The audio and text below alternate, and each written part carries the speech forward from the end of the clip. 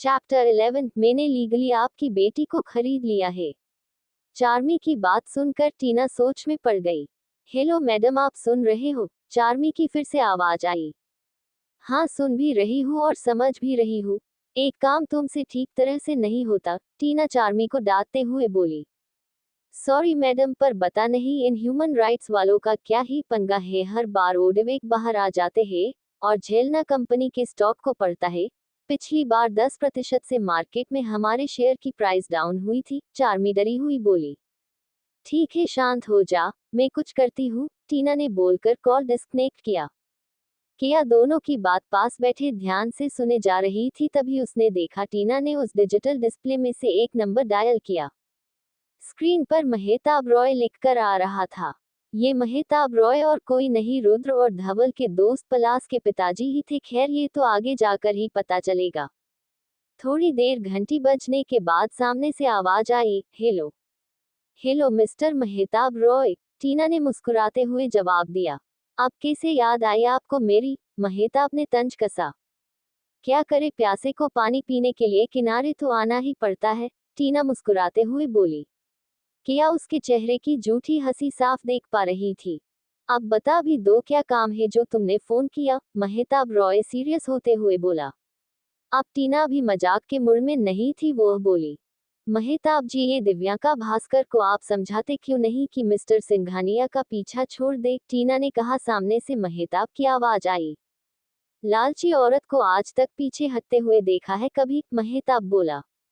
तो अब क्या करूं, पिछले वक्त भी पूरे 1 करोड़ दिए थे, अब उसकी भूख उसके बस में नहीं तो इसमें हमारी गलती नहीं है, टीना ने जवाब दिया। ठीक है, मैं कुछ करता हूँ, थोड़ा वक्त दो, महेताब ने कहा। जी कुछ करिए, नहीं तो मेरे पास जो ब्रेकिंग न्यूज है कहीं किसी और चैनल के पास ना चली जाए, टीना ने कहा। महेताब रॉय टीना की बात का मतलब साफ साफ समझ रहा था। जरूर इसके पास कोई ऐसी न्यूज है जो मेरे चैनल के फायदे में है। मुझे मामला संभालना होगा, कहीं ये दाव मेरे हाथ से ना निकल जाए, महेताब ने खुद से कहा। क्या हुआ, कहाँ खो गए? महेताब रॉय, टीना की आवाज आई। सॉरी, न्यूज चेक कर रहा था। तुम फिक्र मत करो, मैं इस दिव्यांका को देखता हूँ, महेताब ने कहा। जी आपसे यही उम्मीद थी, बोलकर टीना ने फोन काट दिया। किया ने देखा उसके चेहरे पर जो बनावटी हंसी थी वो गायब हो गई थी। क्या हुआ मैडम, यही सोच रही हो ना कि ये सब क्या हो रहा है? किया को देखते हुए टीना बोली। तारांकन न नहीं, वो मैं अच्छे से जानती हूँ, उसमें आपकी गलती नहीं है, टीना ने किया को बीच में रोकते हुए कहा। फिर आगे बताया। अभी तो बहुत कुछ देखना और जानना बाकी है, बस इन सब में अपनी मासूमियत को मत खो देना, बोलते हुए टीना ने कार चालू कर दी। किया बिना कुछ बोले बस सामने देखे जा रही थी। दोपहर के 3 बज रहे थे। मंदिर में कुछ लोग बैठे हुए थे, जिनमें लड़कियां और लड़के एक तरफ थे। लड़कियों में टीना, किया थी तो लड़कों में बस ऋषभ, उसका ड्राइवर, और उदय मिश्रा था। तभी पंडित जी आ गए और शादी की सारी सामग्री देखने के बाद हवन कुंड में आग जला दी। किया को अभी भी ये सब एक सपने की तरह ही लग रहा था। कल तक जो लड़की शादी से दूर भागती थी, आज उससे उसकी मर्जी तक नहीं पूछी गई। ऋषभ और किया दोनों बैठ गए। किया पूरी तरह से कांप रही थी, मगर मुश्किल से खुद को संभाले हुए थी। शादी के मंत्र पढ़ने शुरू हुए, कोई बड़े लोग नहीं थे, इसी वजह से ना कन्यादान हुआ ना आशीर्वाद लिया गया। जब शादी संपन्न हुई तब किया की मांग भरी हुई थी और गले में शॉर्ट नेक चेन वाला मंगलसूत्र बंधा हुआ था। वहां पंडित जी ने तुरंत ही टीना के हाथ में एक लिखा हुआ कागज थमा दिया, जिसे टीना ने जाकर बाहर खड़े रजिस्टर के हाथों में सौंप दिया। वो वही कागज था जिसमें पंडित ने लिखा था कि ऋषभ और किया की शादी उन्होंने ही करवाई थी। रजिस्टर को पैसे देने के बाद सभी चलकर मंदिर से बाहर आने लगे। तुम सब जा सकते हो, अब कल ऑफिस में मुलाकात होगी, अब निकलो यहाँ से, ऋषभ ने टीना और उदय मिश्रा को वहां से निकल जाने के लिए साफ साफ बोल दिया। दोनों के जाने के बाद ऋषभ ने अचानक ही किया का हाथ पकड़ा और गाड़ी का दरवाजा खोलकर उसे अंदर बिठा दिया। थोड़ी ही देर में दोनों पल्स हॉस्पिटल के अंडरग्राउंड पार्किंग में थे। ऋषभ ने जानबूझकर गाड़ी यहाँ नीचे पार्क की ताकि किसी को भी उसके बारे कुछ पता ना चले। ये लो, तुम्हारी मंजिल आ गई, अब ऊपर जाकर जी भरकर अपने भाई और बाकी घर वालों को देख लो, बाद में पता नहीं देख पाओगी भी या नहीं, ऋषभ के बोलने के तरीके से ही किया साफ साफ समझ रही थी कि यहाँ से जाने के बाद उसकी जिंदगी आसान बिल्कुल भी नहीं होगी। प्लीज ऐसा मत बोलो, आपने जो बोला मैंने किया, फिर ऐसी बात क्यों कर रहे? किया सच्चे मन से बोली। उसके चेहरे की मासूमियत ही थी जिससे ऋषभ चाहकर भी नफरत नहीं कर पा रहा था। कसम से आज तक इतना बेबस किसी के सामने नहीं हुआ जितना तुमने मुझे बना दिया है। एक बार घर तो चलो, मेरी माँ शुकाना तुम्हारी इस मासूमियत को नफरत में ना बदल दिया तो मुझसे कहे ना। ऋषभ ने किया के मुंह पर बोल दिया। ये क्या बोल रहे हो? किया ने अनजान बनते हुए पूछा। वक्त निकला जा रहा है, सिर्फ 30 मिनट है तुम्हारे पास बस, बोलकर ऋषभ गाड़ी से बाहर निकला और दूसरी तरफ जाकर दरवाजा खोला और किया को खींचकर बाहर निकाला। चलो अब, गुस्से से किया का हाथ मरोड़ते हुए ऋषभ उसे इमरजेंसी सीढ़ियों से ऊपर के फ्लोर पर लेकर जाने लगा। जाते वक्त उसने फोन करके मैनेजमेंट में बोल दिया था कि क्यू का एरिया खाली चाहिए, बस रुद्र साहा की फैमिली ही वही होनी चाहिए। मैनेजमेंट ने भी वफादारी दिखाते हुए वही किया जो ऋषभ ने उनसे कहा था। जब दरवाजा धड़ाम से खुला सबकी नजर उस तरफ गई। विधु, रमेश और धवल सब ने देखा ऋषभ किया का हाथ जबरदस्ती पकड़े हुए उसी तरफ आ रहा था। आकर ऋषभ ने किया को जोर से आगे की तरफ धकेला और वो अपने चाचा के सामने जा खड़ी हुई। अचानक ही चाचा की नजर किया के माथे पर गई। वही विधु और धवल गले में बंधे हुए मंगलसूत्र को देखने लगे। तीनों के वही छक्के छूट गए। चाचा हैरानी से बोले, किया ये क्या है बेटा? हादी, ये गले में मंगलसूत्र और मांग में सिंदूर, कुछ समझ नहीं आ रहा। किया चुप होकर खड़ी रही। उसे यूं चुप देख चाचा का दिल बैठा जा रहा था। वही विधु और धवल शक भरी निगाहों से ऋषभ की ओर देखे जा रहे थे। दी बोलो प्लीज, विधु घबराया हुआ था। मैं बोलूं? पीछे से ऋषभ ने कहा। क्या बोलना है तुम्हें? हाँ, अभी तक जी नहीं भरा जो यहाँ तमाशा खड़ा करने आ गए हो, रमेश गुस्से से बोल पड़ा। रिलैक्स ससुर जी, ऋषभ ने कहा। अपनी गंदी जुबान बंद ही रखो, रमेश आंख बड़ी करते हुए बोला। आह, सॉरी, आप तो मेरे ससुर जी है भी नहीं। किया के माँ बाप तो 8 साल पहले ही इसे छोड़कर चले गए थे। खैर, कुछ वक्त के लिए आप ही बन जाओ इसके पिता और मेरे ससुर जी, बोलकर ऋषभ ने पास आकर किया के कंधे पर अपना हाथ रख दिया। अपना गंदा हाथ मेरी बेटी से दूर रख, समझा? रमेश चिल्लाता हुआ बोला। किया ने अपनी आंखें बंद कली थी, बस था उसके पास तो कुछ उसके आंसू ही थे। क्या ससुर जी, अपने दामाद पे क्या कोई ऐसे चिल्लाता है? वैसे भी मैंने आपकी बेटी से लीगली शादी की है। ऋषभ रुका फिर बोला, ना ना ना, मैंने लीगली आपकी बेटी को खरीद लिया है। ऋषभ डेविल स्माइल लिए खड़ा सबको देखे जा रहा था। चैप्टर 12, वेलकम टू हेल, नर्क में तुम्हारा स्वागत है। क्या बकवास कर रहे हो तुम? रमेश साहा चिल्लाया। ऋषभ की बात सुनकर सभी हैरान थे। विधु को भरोसा ही नहीं हो रहा था कि ऋषभ ने उसकी बहन के साथ शादी कर ली थी। किया बेटा, मुझे बता, अगर ये तुम्हें परेशान कर रहा है तो मैं हूं, तू फिक्र मत कर, इसके बहकावे में आने की तुझे कोई जरूरत नहीं बेटा। प्लीज मुझे बता, तूने इससे मजबूरी में शादी की है ना? बोला, जरूर इसने तुम्हें अपने जाल में फंसाया है, बोल बेटा। रमेश पागलों की तरह सवाल पे सवाल पूछे जा रहे थे। किया चुप खड़ी थी। तभी ऋषभ बोला, ससुर जी एक बात कहूं, ताली एक हाथ से नहीं बजती। फिर ऋषभ आगे बोला, आप मेरी बीवी को इस तरह से परेशान मत कीजिए। अब किया पर मेरा अधिकार है, आपका नहीं।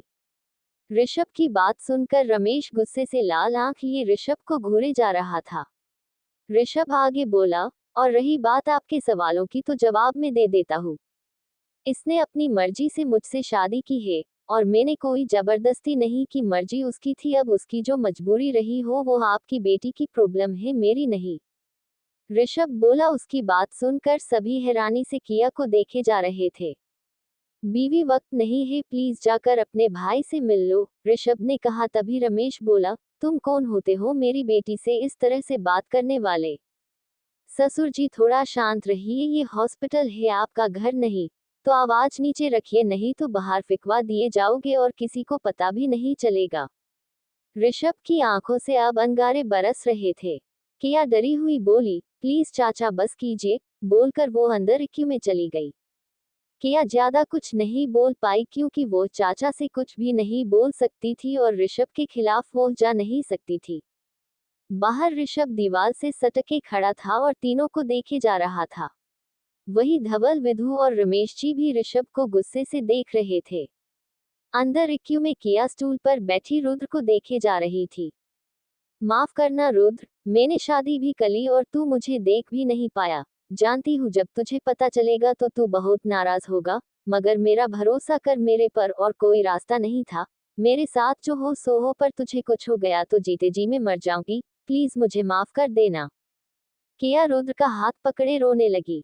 कुछ देर तक यूं ही बस बातें करती रही, मानो अपने दिल को हल्का कर रही थी। अब जाने का वक्त हो गया है मेरा, पर मैं आती रहूंगी। और चाचा जी, विधु बाहर है तेरा ध्यान रखने के लिए, और तेरा दोस्त भी है। आजकल सच्चे दोस्त कम ही मिलते हैं। पता है जब से तू हॉस्पिटल में है तब से वो यहीं पर रुका हुआ है। बहुत लकी है तू। किया अपने आंसू पोंछते हुए बोली। लव यू रुद्र, जाती हूँ मैं। फिक्र मत कर ना, सब ठीक हो जाएगा। बोलकर किया बहुत भरी मन से अपनी जगह से खड़ी हुई और बाहर आ गई। दे से ही बाहर आई रमेश जी ने फिर कहा, देखो बेटा, अभी तक कुछ नहीं बिगड़ा। इस हेवन के साथ जाने की कोई जरूरत नहीं, प्लीज। मैं अभी पुलिस को फोन करके यहाँ बुलाता हूँ। देखना कैसे पुलिस इसकी खबर लेती है। रुक 2 मिनट, बोलकर रमेश ने अपना मोबाइल निकाला। तभी किया ने उनका हाथ पकड़ लिया। इन्होंने कुछ नहीं किया चाचा जी, किया बोली। अचानक इतनी रिस्पेक्ट अपने लिए देखकर ऋषभ थोड़ी देर सीधा खड़ा होकर किया को देखने लगा। ये क्या बोल रही तू बेटा, ये आदमी। रमेश जी आगे कुछ बोलते उससे पहले ही किया ने उन्हें बीच में रोकते हुए कहा, शादी मैंने अपनी मर्जी से की थी। इन्होंने कोई जबरदस्ती नहीं की मेरे साथ। मेरा भरोसा कीजिए चाचा जी। बोलकर किया ने अपने हाथ जोड़ दिए। प्लीज, बहुत मुश्किल से खुद को संभाल रही हूँ। मेरी तकलीफ और मत बढ़ाए। बोलते हुए किया रोने लगी। तभी रिया वहां पर आ पहुंची। अचानक किया को देखकर रिया उसके पास आई, पर जब किया के गले पर उसकी नजर गई, उसके पैरों तले मानो जमीन ही खिसक गई। ये क्या, तूने शादी कली? रिया हैरानी से बोली। तभी विधु ने सब कुछ पास आकर रिया को बता दिया।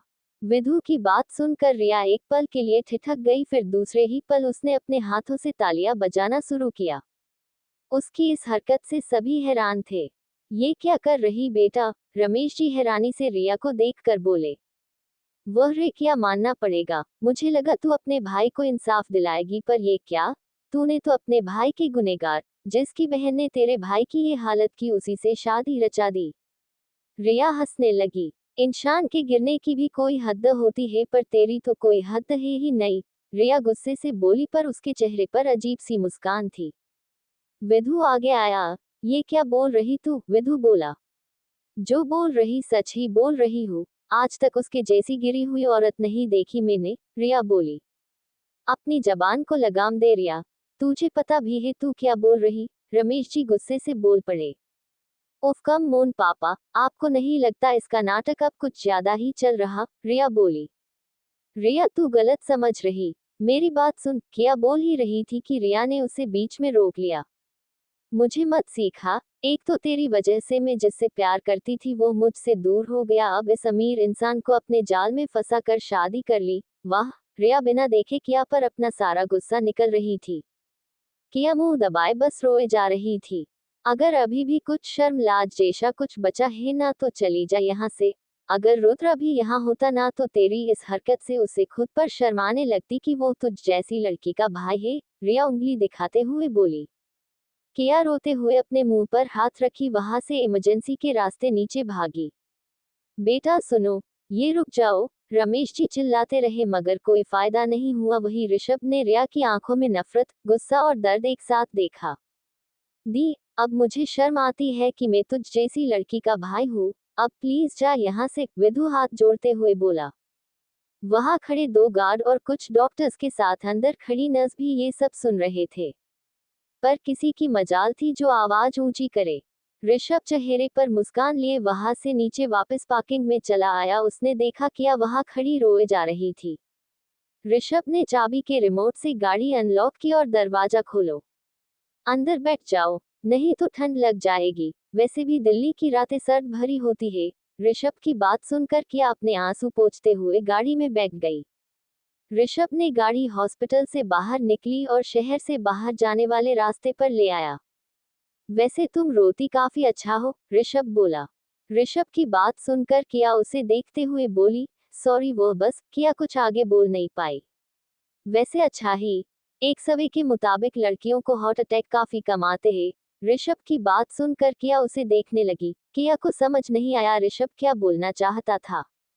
ऋषभ अपनी बात जारी रखते हुए बोला, सर्वे से पता चला था कि जो लड़कियां ज्यादा रोती है उनके हार्ट पर स्ट्रेस का असर कम होता है और इसी वजह से उन्हें आने वाले हार्ट अटैक के चांसेस कम होते हैं। ऋषभ ने बोला, फिर आगे कहा, अच्छा है बस ऐसे ही हमेशा रोते रहे ना। ऋषभ की बात सुनकर किया आंखें बड़ी करके उसे देख रही थी। ऋषभ सामने देखकर गाड़ी चला रहा था, चेहरे पर कोई हाव भाव नहीं थे। यह देख किया अपने मन में बोली, किस इंसान के साथ फंस गई तू, अब भगवान ही शायद तुझे बचा ले। क्या सोच रही, कोई भगवान तुम्हें बचाने नहीं आने वाला, तो सोचकर अपना टाइम खराब मत कर। किया हैरानी से ऋषभ को देखने लगी। इसी के से पता मैं क्या सोच रही थी। तुम कब क्या सोचोगी सब जानता हूँ, तो बस एक ही बात कहूंगा, ऋषभ बोला। किया के मुंह से गलती से निकल गया, मैं तुम्हारा सबसे बुरा डर हूँ, कब तुम्हें निगल जाऊंगा तुम सोच भी नहीं पाओगी, ऋषभ बोला। किया डर के मारी कुछ बोल नहीं पाई। तभी बातों बातों में ऋषभ का विला आ गया। गार्ड ने रिमोट कंट्रोल से दरवाजा खोला। विला करीब 15 एकड़ की जमीन पर फैला हुआ था। इतना बड़ा विला देखकर किया की आंखें चौंधिया गई थी। ऐसा विला तो शायद फिल्मों में ही देखने को मिलता होगा। गाड़ी सीधे अंदर आगे ले जाकर ऋषभ ने रोक दी। बाहर निकलो, बोलकर ऋषभ ने किया की तरफ का दरवाजा खोला, पर वो बाहर नहीं आ रही थी, शायद उसे डर लग रहा था। ये देख ऋषभ बाहर आया और दूसरी तरफ जाकर किया का हाथ पकड़कर उसे बाहर खींचा। किया बाहर आके आसपास देखने लगी। वहां गार्डन था, सिक्योरिटी थी, जगह जगह कैमरा थे और 4 शिकारी कुत्ते आसपास घूम रहे थे जो उस विला को गार्ड कर रहे थे। विला के पीछे एक स्विमिंग पूल था जो विला की खूबसूरती में 4 चांद लगा रहा था। आगे रेड कारपेट बिछा हुआ था और सभी नौकर बाहर आकर खड़े थे। किया ने देखा करीब 20 के आसपास वहां नौकर मौजूद थे। सभी ने ब्लैक कलर का पेंट और सफेद कलर का शर्ट पहना और शर्ट के ऊपर ब्लैक कलर की कोटी पहनी हुई थी, वही उनके हाथों में सफेद कलर के मोजे थे। इतना शाही अंदाज तो शायद किया ने फिल्मों में ही देखा होगा। क्या हुआ, आज तक इतनी रॉयल लाइफस्टाइल नहीं देखी होगी तुमने। सही कहा ना मैंने, ऋषभ बोला। किया चुप रही। तभी ऋषभ ने उसकी कमर पर हाथ रखा और किया को अपने पास खींचा। किया हड़बड़ाए ऋषभ को दिखने लगी, वहीं पर ऋषभ सामने देखते हुए बोला, वेलकम टू हेल माशुकाना, नर्क में तुम्हारा स्वागत है। ऋषभ के बोलते ही किया सहम उठी। किया ने देखा ऋषभ के चेहरे पर अजीब सी डेविल स्माइल थी। चैप्टर 13 बीवी हूं मैं आपकी। ऋषभ ने किया को कमर से पकड़े आगे ले जाने लगा। सभी नौकर सर झुकाए खड़े थे। किया सभी को देखे जा रही थी। तभी ऋषभ ने सभी से कहा, आज से तुम सब के साथ रहने के लिए एक और मेहमान आया है, सभी स्वागत करो इनका। बोलकर ऋषभ ने किया का हाथ पकड़ के सबके आगे धकेल दिया। किया काफी ज्यादा डरी हुई थी, उसे समझ ही नहीं आ रहा था कि उसके साथ ये हो क्या रहा था। तभी ऋषभ पीछे से उसकी कमर पकड़े आगे आया और अपना सर किया के कंधे पर रखकर अपना हाथ किया की कमर पर लपेटता हुआ बोला, देखो ये तुम सबकी नई मालकिन है, इस घर की क्वीन विक्टोरिया है, ठीक से स्वागत करो नहीं तो बाहर फिकवा दिए जाओगे।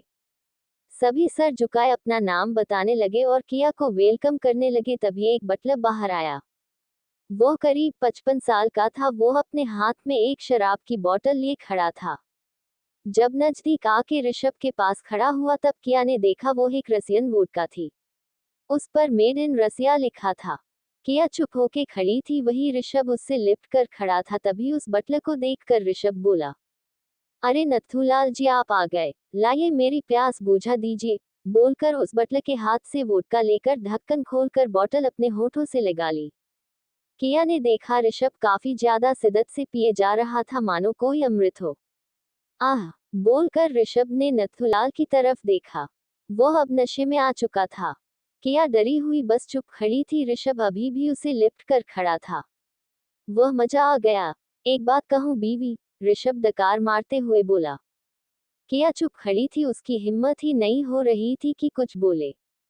मूंछें हो तो नथुलाल जैसी, नहीं तो ना हो। ऋषभ की बात सुनकर किया की नजर नथुलाल पर गई। वाकई नथुलाल की मूंछें बड़ी थी, किसी आर्मी ऑफिसर की तरह। इन्हें अमिताभ की फिल्मों का बड़ा शौक है। एक फिल्म में मूंछें देखकर आए थे अपनी जवानी में, तभी से ऐसे मूंछें रखी हुई है। ऋषभ ने फिर से डकार मारी। अब किया को बेचैनी होने लगी थी। तभी ऋषभ ने पूरी बोतल अपने पेट में उड़ेल दी और किया का हाथ पकड़कर अंदर लेकर जाने लगा। चलो मैं तुम्हें हमारा घर दिखाता हूँ, बोलते हुए किया को खींचता हुआ ऋषभ अंदर लेकर आ गया। देखो हमारे घर को, दिस इज सिंघानियास विला, हाथ फैलाए ऋषभ बोला। किया अंदर का नजारा देखकर हैरान थी। पूरा घर किसी हॉलीवुड की फिल्म की तरह था। बीच में मिट्टी थी और बड़ा सा पेड़ था, आसपास बैठने के लिए जगह थी जिससे सब रिलैक्स होकर बैठे बातें कर सकते थे। सामने बड़ा सा टेलीविजन था जो कि काफी बड़ा था, आधी से ज्यादा दीवार को कवर कर रहा था, मानो छोटा सा मिनी थिएटर हो। ऊपर झूमर था जो काफी ज्यादा अट्रैक्टिव लुक दे रहा था। दोनों तरफ से ऊपर जाने के लिए राउंड शेप में सीढ़ियां थी जो कि कांच की बनी हुई थी, और ऊपर का जो फ्लोर था वो भी आगे से कांच से बना हुआ था। कोने में एक लिफ्ट थी जो कि ऊपर के फ्लोर पर जाती थी, वो भी कांच की थी। मगर हैरान करने वाली बात तो तब हुई जब किया की नजर आगे पूरे फ्लो को कवर करते हुए अंडरवाटर फिश टैंक पर गई। फ्लो पर फिश टैंक था, यानी आगे का पूरा ग्राउंड फ्लो कांच का था जिसके नीचे मछलियां तैर रही थी। हर कोने में महंगी से महंगी पेंटिंग्स दीवार पर गली हुई थी, और उस पेंटिंग्स पर रोशनी डालने के लिए ऊपर एक एलईडी बल्ब भी लगा हुआ था। किया अभी किसी रॉयल फैमिली का नजारा देख रही थी। उसकी आंखें फटी की फटी रह गई। उसे ये सब काफी ज्यादा हैरान कर देने वाला लग रहा था। ऊपर से विला का इंटीरियर डेकोरेशन काफी ज्यादा सुपीरियर था। इस घर को डिजाइन करने के लिए फ्रांस से कंपनी को हायर किया गया था। कैसा लगा तुम्हें मेरा नर्क? ऋषभ ने घूमकर किया को देखकर सवाल किया। सच में पागल हो? किया मन में बोली। अब वो समझ नहीं पा रही थी कि इसे वो नर्क कहे या स्वर्ग। उसे लगता था कि ऋषभ उसके साथ कोई भद्दा सा मजाक कर रहा था। सभी नौकर अपने अपने काम में लग जाओ, बोलकर ऋषभ किया का हाथ पकड़े लिफ्ट की तरफ चल दिया। आओ तुम्हें हमारा बेडरूम दिखाता हूँ, बोलकर किया को ऊपर के कमरे में लेकर आया। विला में कम से कम 15 कमरे थे और पीछे की तरफ कॉटेज था जिसमें सभी नौकर रहते थे। जैसे ही ऋषभ ने दरवाजा खोला वहां अंधेरा था। किया के चेहरे के भाव बदल गए। ओह सॉरी, तुम्हें अंधेरे से डर लगता है, बोलकर ऋषभ ने कमरे की लाइट ऑन की। लाइट्स ऑन प्लीज, बोलते ही लाइट ऑन हो गई और किया को अंदर खींचकर दरवाजा बंद किया। कमरे की लाइट्स वॉइस सिस्टम से भी ऑपरेट होती थी और स्विच से भी। किया ने देखा कमरा काफी ज्यादा बड़ा था। आगे कोने में बीच के हिस्से में बेड था और सामने अलमारी थी, वही एक मिनी बार भी सेट किया हुआ था जिसमें अलग अलग ब्रांड्स की दारू रखी हुई थी। क्या हुआ माशुकाना, तुम नाराज हो क्या? तुम्हें नर्क पसंद नहीं आया? बोलकर ऋषभ फिर से किया के पीछे से आकर लिपट गया और सामने के ड्रेसिंग टेबल की तरफ देखने लगा। किया भी उसी ड्रेसिंग टेबल के आईने में खुद को और ऋषभ को देखे जा रही थी, तभी ऋषभ ने उसका दुपट्टा खींचकर नीचे फर्श पर फेंक दिया। अचानक ऋषभ की इस हरकत से किया खौफ में आ गई। ऋषभ ने धीरे से किया को अपने और नजदीक खींचा और चलते चलते आईने के सामने जाकर खड़ा हुआ। दोनों एक दूसरे को आईने के जरिए देखे जा रहे थे। ऋषभ ने धीरे से किया की कमर से अपना हाथ ऊपर की तरफ ले जाना शुरू किया, पर इस बार ये हरकत ड्रेस के अंदर हाथ डालकर की, जिस वजह से किया काफी ज्यादा शर्मसार हो गई। ऋषभ का हाथ किया की छाती पर आ चुका था। किया ने अपनी दोनों मुट्ठी कस दी। तभी ऋषभ ने दूसरा हाथ किया की गर्दन पर रखा और धीरे धीरे किया की गर्दन को दबाना शुरू किया। धीरे धीरे किया का दम घुटने लगा। प्लीज ये क्या कर रहे हो आप? किया दबी हुई आवाज में बोली। पर ऋषभ के माथे पर तो मानो पागलपन हावी हो चुका था। किया की आवाज उसके कानों में जा रही थी मगर दिल और दिमाग तक नहीं। ऋषभ किया के जिस्म के साथ खेल रहा था, वही शैतान को तरह उसे मारने की कोशिश भी किए जा रहा था। किया से अब बर्दाश्त नहीं हो रहा था, उसे अपना अंत नजर आने लगा था, पर तभी उसे अपनी भाई की याद आ गई। नहीं प्लीज मत कीजिए, ये क्या कर रहे हो आप? बीवी हूं मैं आपकी, किया पूरी ताकत से चिल्लाई। उसकी आवाज सुनकर ऋषभ अचानक रुक गया। और किया के गले से हाथ हटाकर किया के कंधे को पकड़ लिया और दूसरा हाथ बाहर निकलकर कमर से लिपटा कर खड़ा होकर आईने में देखने लगा। उसने देखा किया रोए जा रही थी। वो फिर बोली, बीवी हूँ आपकी, रखेल नहीं हूँ। रोते हुए उसकी आवाज ऋषभ के दिल को चोट पहुंचाए जा रही थी। ऋषभ ने अपनी पकड़ ढीली कर दी। वो किया से दूर होने लगा। तभी उसे कुछ याद आ गया, वो अतीत का राज जिस वजह से वो किया से नफरत करने लगा था। किया को लगा ऋषभ ने उसकी बात सुन ली, मगर तभी ऋषभ ने किया को पकड़ा और ड्रेसिंग टेबल के बाजू दीवार से किया को सटा दिया और हैवानियत की हदें पार करता हुआ किया के ड्रेस को गले की तरफ से पकड़ा। किया हैरानी से ऋषभ को देखने लगी। वो कुछ समझ पाती उससे पहले ही ऋषभ ने पूरी ताकत आजमाते हुए किया के ड्रेस को बीच से फाड़ दिया। किया चिल्लाए और अपने दोनों हाथों को अपने स्तन पर रख दिया। उसकी आंखों से आंसू निकलने लगे। उसका बदन किसी अप्सरा से कम नहीं था, पर इस वक्त वो सब कोई मायने नहीं रखता था। किया बेसहारा खड़ी थी और रोए जा रही थी। तभी ऋषभ ने उसके दोनों स्तनों से हटा कर ऊपर दीवार से सटा दिए और उसके नजदीक आ गया। दोनों की सांसें एक दूसरे से टकराने लगी। किया डरी सहमी सी ऋषभ को देखने लगी, मानो वो उससे भीख मांग रही थी कि उसे छोड़ दे। शायद अब किया को समझ आ चुका था कि क्यों ऋषभ ने उससे कहा था कि माँ में उसका स्वागत है, क्योंकि वो अब किया के साथ कुछ भी कर सकता था और किया को बचाने वाला कोई नहीं था। ये घर वाकई किया के लिए नर्क ही था, जिसका एहसास अब जाकर किया को हो रहा था। सफेद ब्रा में खड़ी किया सिसकियां लिए रोए जा रही थी। अब जाकर उसे सही नर्क का एहसास होने लगा था। चैप्टर 14 आखिर गलती क्या थी मेरी। किया को रोता हुआ देख ऋषभ मुस्कुरा रहा था। कुछ देर तक ऋषभ किया को देखे जा रहा था। जब किया का रोना कम हुआ तब उसने डरी हुई नजरों से ऋषभ को देखा। वो अभी भी खौफ में थी। प्यार तो तुमसे कभी किया नहीं, पर टूटकर नफरत करने पर जरूर तुमने मजबूर कर दिया। बोलते हुए ऋषभ के चेहरे पर किया के लिए नफरत साफ साफ झलक रही थी, जिस देखकर किया सदमे में आ गई थी। उसे भरोसा ही नहीं हो रहा था कि एक थप्पड़ के लिए कोई इंसान इस हद तक गिर सकता था। वो बोली, एक थप्पड़ के लिए आप मेरे साथ ये सब कर रहे हैं? आखिर ऐसी भी क्या गलती हुई मुझसे जो इस हद तक मुझसे नफरत करने लगे हो आप? किया की बात सुनकर ऋषभ हंसने लगा, जोर जोर से हंसने लगा। ऋषभ का ये रूप किया को किसी शैतान से कम नहीं लग रहा था। कुछ देर तक हंसना चलता रहा। जब ऋषभ की हंसी रुकी, उसने किया के दोनों हाथों को छोड़ दिया। उसकी ये हरकत किया की सोच से बाहर थी। तभी ऋषभ ने अपना एक हाथ किया की पीठ पीछे ले जाकर ब्रा के हुक पर रख दिया, वही दूसरा हाथ किया की कमर पर रखकर उसके बिल्कुल ही नजदीक आ गया। किया बौखलाए हुई ऋषभ को देखने लगी। ऋषभ ने उसे देखा और फिर कहा, मेरी प्यारी माशुकाना, तुम्हें क्यों ऐसा लगता है कि मैं तुम्हें बस एक थप्पड़ के लिए ये सजा दे रहा हूँ? बोलकर ऋषभ ने किया कि ब्रा को पीछे से खोल दिया और उसे दीवार से हटाकर वापस आईने के सामने लेकर आ गया। किया ने अपने दोनों हाथ आगे छाती पर रखे थे। इस वक्त उसके बदन पर कुछ भी नहीं था सिवाय इनरवियर के। ब्रा लगभग निकल ही चुकी थी। ऋषभ ने आईने के सामने उंगली करते हुए कहा, देखो इस आईने को। बोलकर ऋषभ ने किया को सामने देखने के लिए उंगली से इशारा किया। किया डरती हुई आईने में देखने लगी। अब बताओ मुझे कि तुम कितनी खूबसूरत हो। ऋषभ के इस सवाल से किया सोच में पड़ गई। वो उस सवाल का जवाब भला कैसे दे जिसका सवाल ही उसे ठीक से समझ नहीं आ रहा था। मैं ठीक से समझी नहीं, किया हकलाते हुए बोली। अच्छा नहीं समझी? ऋषभ मुंह बनाता हुआ बोला, मानो वो किया का मजाक उड़ा रहा हो। चलो मैं समझा देता हूँ। बोलकर ऋषभ ने किया के दोनों हाथ को जबरदस्ती किया की छाती से दूर किया, फिर आगे कहा, ये जो काला तिल है ना, जो तुम्हारे दोनों स्तनों के लिए बीच में है, उसी काले तिल ने मुझे तुमसे नफरत करने पर मजबूर कर दिया है।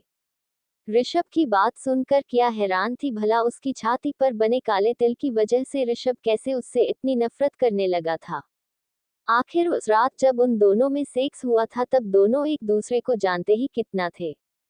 किया के लिए ऋषभ की बातें किसी पहेली से कम नहीं थी। वो हिम्मत करके बोली, पर मुझे नहीं समझ आ रहा कि मेरे तिल की वजह से आप क्यों मुझसे नफरत करते हो। वो आगे कुछ बोलती उससे पहले ही ऋषभ ने उसे बिस्तर पर उठाकर फेंक दिया और अपने कपड़े उतारने लगा। ये देख किया कि जान हलक में आ गई। वो समझ चुकी थी कि अब उसे कोई नहीं बचा सकता था। ऋषभ ने पास आकर किया का पैर खींचा और उसकी पैंटी निकाल कर उसके ऊपर आ गया। किया ने दर्द की वजह से अपनी आंखें बंद करके मुंह फेर लिया, मगर ऋषभ का सेक्स करने का तरीका पूरी तरह से भूखे भेड़िए की तरह था जो किया के गोरे बदन को नोच खा रहा था। किया ने अपने हाथों की मुट्ठी भींच ली थी।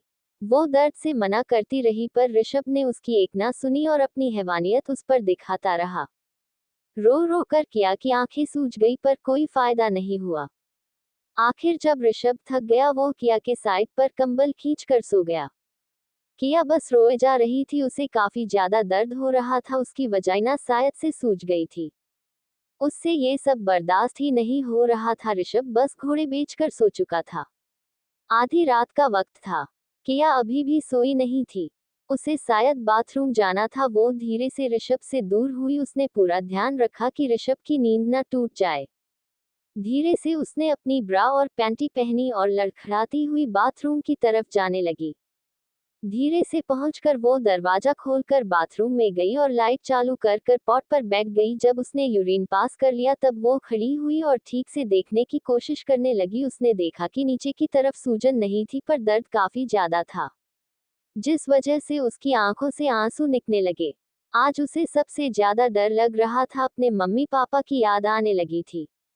अगर उसके पापा मम्मी होते तो किया की ये हालत ना हुई होती, रुद्र हॉस्पिटल में ना होता। अपनी किस्मत को कोंछते हुए वो दरवाजे की तरफ आगे बढ़ने लगी। उसे भूख भी काफी ज्यादा लगी थी। सुबह से उसने कुछ भी नहीं खाया था, जिस वजह से कमजोरी उसके शरीर में पूरी तरह से फैल गई थी। नतीजा ये निकला कि किया खुद को संभालने में असफल हो रही थी। उसका पूरा बदन दर्द कर रहा था। किया जैसे तैसे करके दरवाजे पर पहुंची, मगर कमजोरी की वजह से उसका बैलेंस बिगड़ गया। वो गिरने ही वाली थी कि तभी ऋषभ ने उसे कमर से पकड़ लिया। किया ऋषभ को देखकर चौंक गई। वो कुछ समझ पाती उससे पहले ही ऋषभ ने उसे अपनी बाहों में उठा लिया। सॉरी वो, मैं बस बाथरूम। उद्धरण चिन्ह श। ऋषभ ने किया को चुप करवा दिया। वो कुछ ना बोली। ऋषभ ने उसे बेड पर लाकर धीरे से बिठा दिया। अभी किया को उसकी इंसानियत दिख रही थी, ना कि कोई भेड़िया। वो किया को लेकर काफी ज्यादा सीरियस था। ऋषभ ने आगे जाकर अलमारी में से अपने कुछ कपड़े निकाले और किया के पास आया। ये मेरा शॉर्ट्स और टी शर्ट है, उसे अभी पहन लो। किया के सामने कपड़े रखकर ऋषभ बेडरूम से बाहर चला गया। किया को कुछ समझ नहीं आ रहा था, पर उसे डर था कि उसने ऋषभ की बात नहीं मानी तो वो गुस्सा करेगा और अभी किया ये अफोर्ड नहीं कर सकती थी। इसीलिए बिना कुछ सोचे समझे ऋषभ की टी शर्ट और शॉर्ट्स किया ने पहन लिए। करीब 20 मिनट हो चुकी थी ऋषभ को रूम से बाहर गए, वो वापस नहीं आया था। आखिर ये चाहते क्या है मुझसे, आखिर गलती क्या थी मेरी, क्या लगातार यही सोचे जा रही थी। तभी दरवाजा खुला और ऋषभ अंदर आया। उसे देखकर किया वापस से अलर्ट मोड में आ गई। पर्दे से ही ऋषभ नजदीक आया। किया हैरानी से उसे देखने लगी। ऋषभ किया के सामने आकर बैठा। उसके हाथ में ट्रे थी और उसमें एक बाउल में ओट्स थे जिसमें से काफी ज्यादा अच्छी खुशबू आ रही थी। किया को भूख भी लगी थी पर वो डर रही थी। उसे समझ नहीं आ रहा था कि वो क्या करे। कुछ देर पहले सामने बैठे उसके पति ने उसके साथ जोर जबरदस्ती की थी, उसे ह्यूमिलिएट किया था और अब वो उसकी परवाह करने लगा था। ये सब किया के सर के ऊपर से जा रहा था। क्या हुआ, समझ नहीं पा रही कि मैं तुम्हारी इतनी सेवा क्यों कर रहा हूँ। हाँ, किया ने इशारे में सर हिलाया, फिर अचानक ही ना में सर हिलाया। किया काफी ज्यादा कंफ्यूज थी। तभी ऋषभ ने कहा, इसे खा लो, तुम्हें भूख लगी होगी, और रही बात मेरी तो सुहागरात मनाना, इट्स अ नेचुरल। ऋषभ ऐसे बोल रहा था जैसे उसने किया के साथ कुछ गलत किया ही नहीं था। खा लो चुपचाप, नहीं तो वो सब मैं वापस से करूंगा जो अभी थोड़ी देर पहले हुआ था। नहीं नहीं, मैं खाती हूँ, डर के मारे किया के मुंह से निकल गया। वो चुपचाप चम्मच उठाकर ओट्स खाने लगी। ये काफी हेल्थ न्यूट्रिशनल वैल्यू वाला खाना है, तुम्हें मेरे टॉर्चर को सहन करने में मदद करेगा। बोलकर ऋषभ खड़ा हुआ और कोने में जो मिनी बार था वहां से दारू की बोतल लेकर आया। वो टकीला थी। ऋषभ उसे भी मुंह पर लगाए पीने लगा। किया खाते खाते ऋषभ को देखे जा रही थी। पूछो, जो भी पूछना है, आज मूड अच्छा है और वैसे भी फर्स्ट नाइट में बीवी को नाराज नहीं करना चाहिए। अगर सवाल पसंद आए तो जवाब जरूर दूंगा। ऋषभ बोला। ऋषभ की बात सुनकर किया सोच में पड़ गई थी। एक बात किया अच्छे से समझ चुकी थी कि ऋषभ से वो भाग नहीं सकती थी, ना ही छिप सकती थी, बस उसका सामना करने के अलावा और कोई रास्ता किया के पास नहीं था। वो हिम्मत करके ऋषभ से पूछती है, मेरी गलती क्या है? पर था यही पूछोगी? ऋषभ बोला। तो जवाब दो, किया बोली। जब वक्त आएगा तब जरूर दूंगा, और ऐसा दूंगा कि तुम खुद भीख मांगोगी मुझसे। ऋषभ ने बताया। क्या करूं जिससे आपको ये भरोसा दिला सकूं कि मैं बुरी नहीं हूं? मेरे भाई की वजह से मैंने आपको थप्पड़ मारा था, और मुझे इस बात का जरा सा भी अफसोस नहीं है, किया बोली। जानता हूँ, भरोसा है तुम पर, इसीलिए अभी तक जिंदा हो, वरना किसी गटर में तुम्हारी लाश पड़ी होती। ऋषभ के बोलते ही किया चुप हो गई।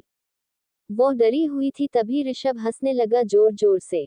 डर गई? ऋषभ मुस्कुराता हुआ बोला। वाहियात मजाक था, किया गुस्से से बोली। इसीलिए तो किया था, मेरी प्यारी माशुकाना, कब समझोगी? ऋषभ मुस्कुराते हुए बोला। नफरत है मुझे आपकी इस मुस्कुराहट से, किया गुस्से से बोली। तू तबाही है मेरी, पर एक बात बोलूं? ऋषभ ने पूछा। क्या? किया गुस्से से बोली। रातों में रोया हूँ, अंधेरे में टूटकर बिखरा हूँ, ना जाने कितनी बार बेइज्जत हुआ हूँ, ना जाने कितनी बार बेइज्जत हुआ हूँ। अरे कौन समझाए इस जमाने को इस मुस्कुराहट के पीछे का सच? इस मुस्कुराहट के लिए तो जिंदगी की सारी खुशियां तक तबाह की है मैंने। ऋषभ मुस्कुराता हुआ बोला, मगर उसकी आंखों का दर्द किया देख सकती थी। जो ऋषभ ने अभी अभी कहा था उसे किया महसूस कर सकती थी। किया ने दे से ही अपना खाना खत्म किया। ऋषभ ने ट्रे में सब रख दिया और रूम के बाहर नीचे दरवाजे के पास ट्रे रख दी। किया चुप बैठी सोचे जा रही थी, तभी ऋषभ उसके पास आया और बेड पर लेट गया। किया कुछ समझ पाती उससे पहले ही ऋषभ ने उसे अपने पास खींच लिया।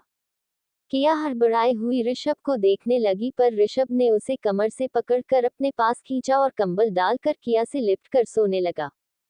किया की पीठ ऋषभ की छाती की तरफ थी। ऋषभ किया को पीछे से पकड़े हुए था। किया काफी ज्यादा कोशिश कर रही थी ऋषभ से अलग होने की, पर हर कोशिश नाकाम होती किया को नजर आने लगी थी। किया ने थक कर हार मान ली थी।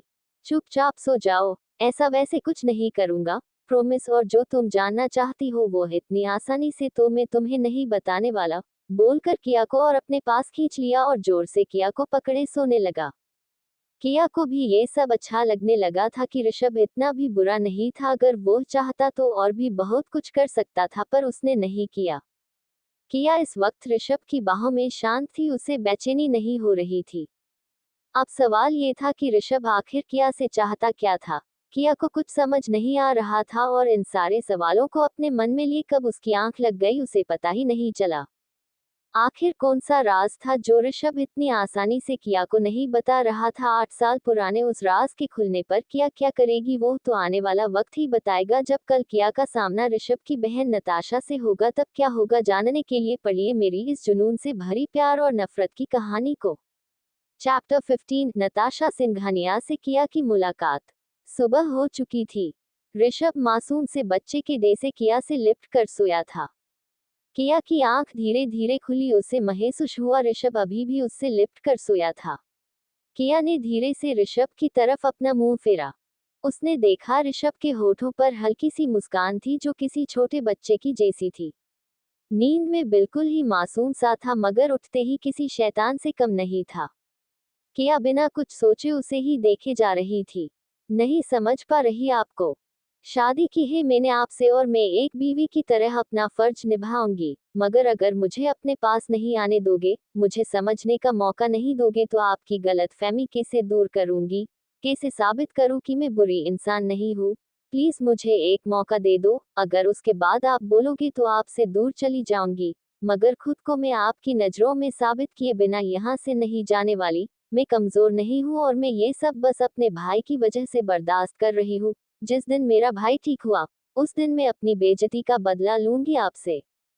किया ऋषभ को देखकर अपने मन में ये सब बोले जा रही थी। तभी ऋषभ की आंख खुल गई और उसने किया को अपने सामने खुद को देखते हुए पाया। किया और ऋषभ की नजर एक हुई। दोनों खामोश थे। करीब 20 या 30 सेकंड के बाद ऋषभ ने एक झटके से किया को अपने से दूर धकेल दिया। ऋषभ का ये बिहेवियर किया को अजीब लगा, और लगता भी कैसे नहीं। रात में उसके ऊपर भूखे भेड़िए की तरह झपट पड़ा, फिर प्यार से लिपट कर एक केयरिंग हस्बैंड की तरह किया को संभालते हुए सो गया। उसके लिए खाना भी लेकर आया था और अब सुबह ही अजनबी की तरह खुद से दूर कर दिया। अब कोई लड़की कैसे खुद को दिलासा दे कि सब ठीक हो जाएगा, खासकर तब जब आपका पति एक इनप्रेडिक्टेबल इंसान हो, जो कभी भी कहीं भी कुछ भी कर सकने की ताकत रखता हो। ऋषभ के दूर धकेलने से किया को हाथ में दर्द हुआ, क्योंकि किया के दाहिने हाथ को पकड़कर उसे झटके के साथ ऋषभ ने किया को दूर धकेला था। आउच! किया हाथ पकड़े बिस्तर पर बैठ गई। ऋषभ ने देखा किया को वाकई दर्द हो रहा था। उसने बिस्तर के साइड का ड्रॉवर खोला, उसमें से एक ऑइंटमेंट बाहर निकाल कर किया के पास रख दी और उठकर बाथरूम में चला गया। किया ने उस ऑइंटमेंट को वन हाथ में उठाया, उस पर लिखा था डाइक्लोफेनेक जेल पेन रिलीफ। तो वाकई परवाह है मेरी आपको, फिर किस बात की सजा है ये? किया ने अपने होंठ भींच लिए। किया अब कुछ नहीं समझ पा रही थी। उसने ऑइंटमेंट को बस हाथ में पकड़ा हुआ था और बाथरूम की तरफ नजरें गड़ाए देखे जा रही थी। कुछ देर बाद ऋषभ बाहर आया, उसने पास टॉवल पहना हुआ था। किया ने उसे आते हुए देखा। जब वो पास आया तो किया ने शर्म के मारे अपनी नजरें नीचे कर दी। ऋषभ ने ये नोट किया पर कुछ नहीं कहा। ऋषभ आईने के सामने आकर खड़ा हुआ और अपने बाल ठीक करने लगा। उसके बाला बिल्कुल ही काले थे और साथ में शाइनी भी। किया ने धीरे से अपनी नजर उठाई, उसका चेहरा लाला हो गया था। ऋषभ की बॉडी काफी मस्क्यूलर थी और पेट पर जो एब्स थे, जिसे ज्यादातर लोग सिक्स पैक एब्स ही कहते हैं, उस वजह से ऋषभ काफी ज्यादा अट्रैक्टिव था। ट्राइसेप, बाइसेप, गर्दन के मसल, थाई के मसल, ऋषभ किसी मॉडल से कम नहीं, या यूं कहे किसी फिल्म के हीरो को बराबर की टक्कर दे सकता था। किया ये सोचकर हैरान थी कि ऋषभ इतनी ज्यादा दारू पीता है फिर भी इतनी परफेक्ट बॉडी कैसे। खैर, खूबसूरती में तो हमारी किया भी किसी मॉडल से कम नहीं थी। गोरा बदन, काले मुलायम रेशमी बाल, पतली कमर, आंखें में काजल, दहकते अंगारों जैसे गुलाबी होठ किसी को भी पागल बना सकते थे। इन शॉर्ट, उसकी फिगर ही किसी भी मर्द के सोए अरमान जगाने के लिए काफी थी। मगर किया को ये सब पसंद नहीं था, इसीलिए वो कभी भी स्किन टाइट कपड़े नहीं पहनती थी ताकि उसके जिस्म की नुमाइश ना हो। वो किसी को भी अपनी खूबसूरती नहीं दिखाना चाहती थी। किया ने देखा ऋषभ उसे ही देख रहा था। अचानक ही अपने ख्यालों से बाहर आई किया हड़बड़ाए इधर उधर देखने लगी। तभी ऋषभ ने भी मौके का फायदा उठाकर किया के सामने ही अपना टॉवल खोल दिया। किया के तोते उड़ गए। मगर गनीमत थी कि ऋषभ ने अंडरवियर पहना हुआ था। किया ने राहत की सांस ली, तभी किया की नजर ऋषभ के बदन पर गई और वो हैरानी से देखने लगी। ऋषभ आईने के सामने था, इसीलिए उसे कुछ पता नहीं चला, पर अब जब ऋषभ उसके सामने था तब उसे साफ साफ दिख रहा था। किया ने देखा राइट साइड कमर की तरफ एक बड़ा सा गोल सर्कल में एक घाव था, वही उसी राइट साइड पैर पर यानी थाई के ऊपर भी एक बड़ा सा घाव था, जिसे देखकर किया शॉक के मारे ऋषभ को देखे जा रही थी। वो घाव काफी बड़ा था, मानो किसी ने खंजर यानी चाकू से वार किया हो या फिर चाकू घुसा दिया हो, ऐसा कुछ किया को लग रहा था। ऋषभ कपड़े पहन रहा था। तभी किया ने ना चाहते हुए भी पूछा, ये आपके बदन पर ये घाव? किया ने पूछा। ऋषभ ने सुना पर कोई जवाब नहीं दिया। किया चुप होकर ऋषभ को तैयार होते हुए देखे जा रही थी। ऋषभ ने टी शर्ट के ऊपर ब्लैक ब्लेजर पहना हुआ था, साथ में ब्लैक जीन्स पैंट पहना था। ऋषभ का स्टाइल काफी यूनिक था, वो औरों की तरफ नहीं दिखना चाहता था, या यूं कहे ये उसकी सबसे बड़ी खूबी थी, उसे दूसरों के रास्ते पर चलना मंजूर ही नहीं था। उसे फर्क नहीं पड़ता था कि वो कैसा दिखता था या कैसा बिहेव करता था। उसका बस यही मानना था कि जब आपका काम बोलता है तब आपको बोलने की जरूरत नहीं पड़ती। और सही भी था। रात में दारू पीना, क्लब में जाना, लड़कियों के साथ मजे करना, कोई नहीं बोल सकता था कि ये अमीरजादा देश की सबसे बड़ी कंपनी को अकेले संभाले हुए था। ऋषभ जब तैयार हो गया वो नीचे जाने के लिए मुड़ा। 8 साल पहले एक्सीडेंट हुआ था, बोलकर वो वहां से निकल गया।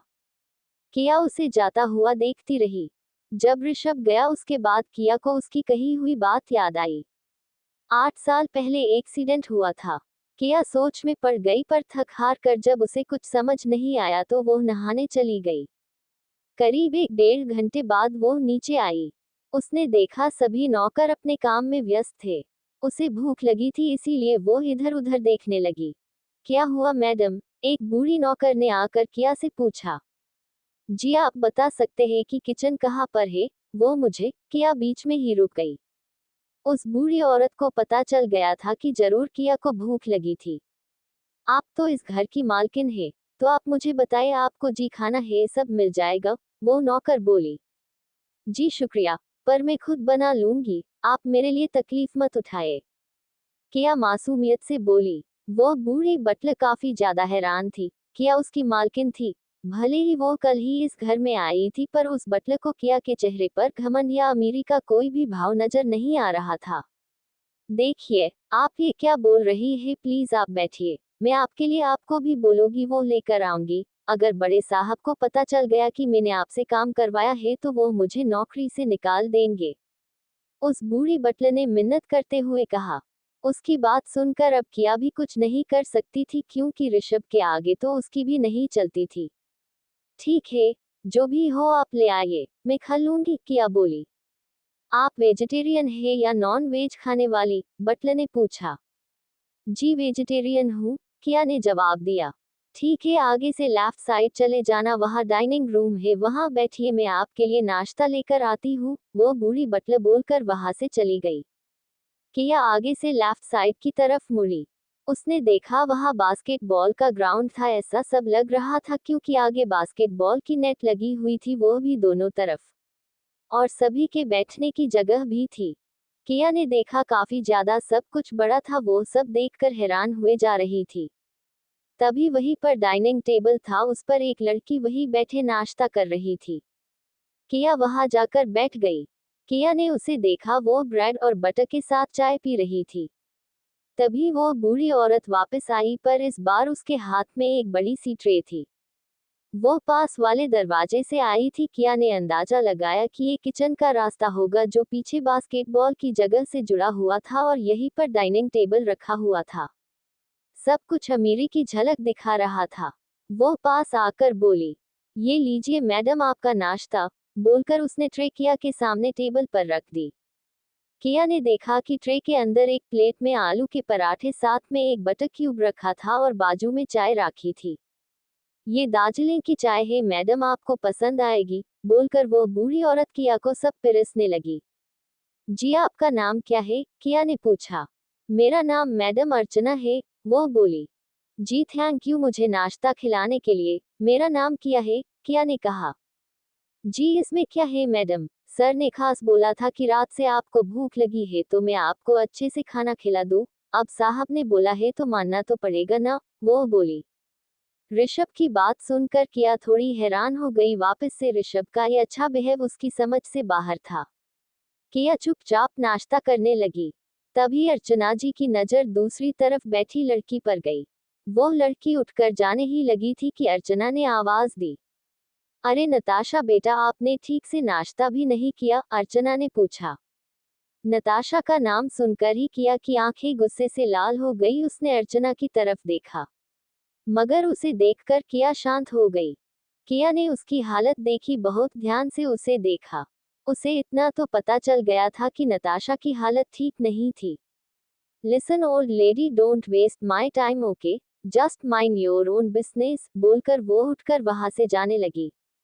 बता नहीं जाहिल गवार को भाई कहाँ कहाँ से उठा कर लेकर आते हैं, जाते हुए नताशा बोली। किया ने अर्चना की तरफ देखा। अर्चना हल्का सा मुस्कुराए और वापस अंदर चली गई। किया को बहुत बुरा लगा। वो समझ सकती थी कि अर्चना की हालत इस वक्त कैसी होगी। नाश्ता करने के बाद किया इधर उधर सब घूमने लगी। वो घर देख रही थी, कहाँ कितने कमरे थे, घर में क्या क्या था। तभी फर्स्ट फ्लोर पर पीछे के हिस्से में वो जा पहुंची। एक स्टोर रूम में से उसे कुछ आवाज आने लगी। पहले तो किया थोड़ी डर गई, पर फिर हिम्मत करके वो पास गई। स्टोर रूम की लाइट चालू थी, दरवाजा खुला हुआ था। उसने अंदर झांक कर देखा, अंदर का नजारा देखकर वो पूरा हिल गई। आखिर क्या था स्टोर रूम के अंदर जिस वजह से किया इतनी हैरान थी? जानने के लिए जुड़े रहिए मेरी कहानी के साथ।